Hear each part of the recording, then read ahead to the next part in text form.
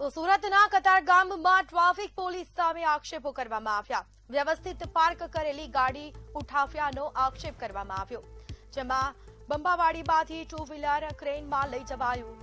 નિર્દોષ વાહન ચાલકોને ખોટો દંડ ભરાવ્યાનો આક્ષેપ। ટ્રાફિક તંત્રની કામગીરી સામે ઉઠ્યો સવાલ। વાયરલ વિડીયોથી લોકોમાં ભારે રોષ।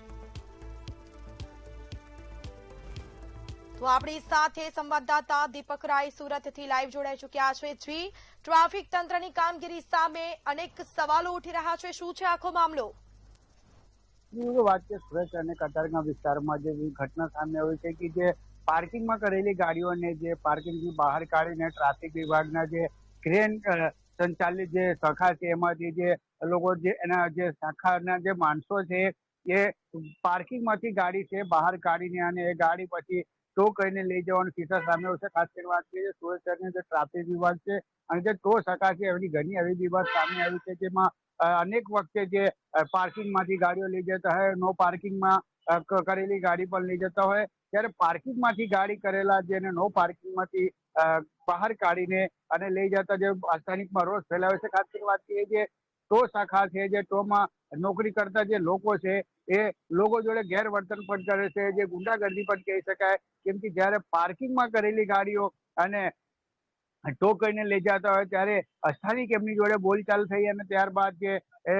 ટો પર કામ કરતા જે લોકો છે એ ગુંડાગર્દી કરતા હતા। ખાસ કરીને વાત કરીએ છે હવે સુરત શહેરમાં ઘણો કિસ્સો બન્યો છે જે સરકારી વિભાગમાં સૌથી ઝડપે કામ કરવા વાળી છે જે આ ટો શાખા છે, જે ગમે ત્યાં ગાડી પડી હોય પાર્કિંગમાંથી તે પણ ઉચકી લઈ જાય। એમને લાગે કે એ લોકોને ટાર્ગેટ આપવામાં આવ્યું હોય કે આટલા સમયમાં આટલી ગાડી આવવું જોઈએ એવું લાગે છે, કેમ કે જે હિસાબે જે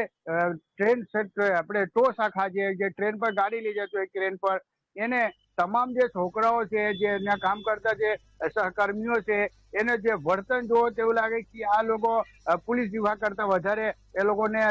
રોક જમાવતા હોય ને જે સ્થાનિકને કેવું છે કે મારો ગાડી છે તે પાર્કિંગમાં હતો, મારા કારખાનાને બહાર પાર્કિંગ કરેલો હતો, પણ આજે ટો શાખાવાળા છે લઈ ગયા, અમે જયારે ગાડી લેવા ગયા ત્યારે અમારી જોડે ગેરવર્તન કર્યું કે તમારી ગાડી છે જે નો પાર્કિંગમાં તો, પણ જયારે સીસીટીવી સામે આવ્યું ત્યારે બધી ઘટનાને ખુલાસો થયો કે જે ટ્રોન પર કામ કરતા જે યુવક છે એ યુવક પાર્કિંગમાંથી જે ગાડી છે નો પાર્કિંગમાં કર્યું, બહાર ખેંચીને બહાર લાવ્યું, ત્યાર પછી